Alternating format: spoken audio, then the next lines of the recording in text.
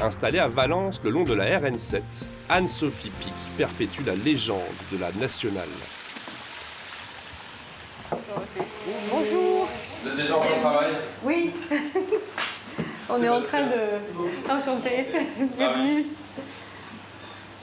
Oui, on travaille sur un nouveau visuel de plat. Les accords sont bien calés. C'était mon souhait d'avoir quelque chose qui soit très végétal avec le bourgeon de sapin. On peut goûter, hein, c'est très citronné en fait. C'est à la fois un peu eucalyptus, un peu légèrement confré, mais surtout très citronné. Le bourgeon de sapin est très citronné. Très citronné. Et on va rajouter des menthes. C'est vraiment le plat aujourd'hui qui est un des plats les plus végétals et les plus olfactifs aussi, parce que quand le plat arrive, il est cloché. Quand on décloche, on a à la fois le bourgeon de sapin, à la fois l'agneau et la fleur d'oranger, le côté amaretto, amande amère, et aussi toutes les petites menthes. Le montage du mûr végétal. Anne-Sophie cultive une cuisine d'une sensibilité, d'une précision inouïe. Là, j'ai plein d'odeurs. Je pense que vous les avez aussi. Là, on rajoute un peu de cressonnette, parce que la cressonnette, elle va visuellement nous finir notre mûr végétal. Alors, je cherche un peu le côté ludique aussi de la dégustation. Et puis le visuel, qui de mon point de vue, n'est pas majeur, mais compte autant que le goût. Le visuel va donner une indication de saveur. Là, on est sur du vert, donc on sait qu'on est sur le végétal complet. On va rajouter quelques petites fleurs. Bien sûr, dans un mûr végétal, il y a forcément des fleurs.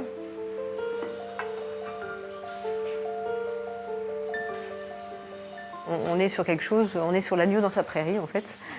Donc, Ça sent divinement. Regarder Anne-Sophie travailler est un spectacle fascinant, presque hypnotique. Bonjour mademoiselle, comment tu t'appelles? Elisa. Elisa, bienvenue Elisa. Mais derrière son immense talent, je vais découvrir une femme au grand cœur. Comment ton prénom? Anne-Sophie est la marraine de Kiwi, Tu as un prénom, une association qui se bat pour égayer la vie des enfants hospitalisés. Tu vois comment tu t'appelles? L'espace d'une journée, Elisa, Mohamed Ali, Chloé, Quentin, Laura, Noémie, Mira et Baptiste ne sont plus des enfants malades. Bon, il faut que vous travailliez un petit peu quand même, hein. Oui, allez Baptiste, Allez. vas-y. Fais-nous 500 grammes de fraises.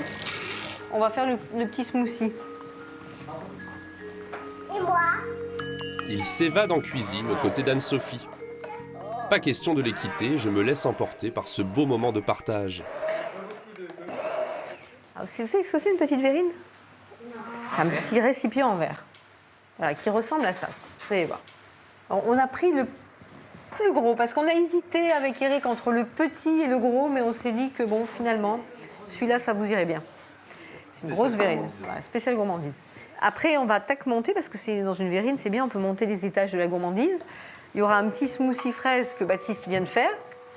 On rajoutera ce petit coulis, et après, on va mettre notre île flottante qu'on va faire. Est-ce que vous savez faire une île flottante? Oui. Et on va la cuire au four vapeur. Ouais. Allez, on met presque tout le sucre. T'as vu? Bah, tu vas voir, faut que ça fasse le bec. Allez, on va mettre les petits zestes de citron. Allez, c'est bon. Bien mélangé. Crémeux à la menthe, smoothie fraise et blanc en neige aux zestes de citron, l'île flottante revisitée par Anne-Sophie. Bon, heureusement que les mains sont propres, hein, parce que sinon, on fait pas trop ça, nous, ici. Hein. Tu veux que je t'aide? Hop là. Tout petit peu. Ah oui, ça sent l'œuf, hein, c'est normal. Alors, est-ce que c'est bon? Est-ce que ça va bien la menthe et la fraise? Ça va? Non? Bah, l'avantage, c'est le goût de la menthe qui reste toujours à la fin dans la bouche. Et si on met de la menthe poivrée, c'est encore meilleur parce qu'il y a ce petit goût de puissant derrière, un peu piquant, Ouais. qui relève, qui va bien avec la fraise. La transmission du goût, c'est quelque chose qui va aller crescendo avec le temps.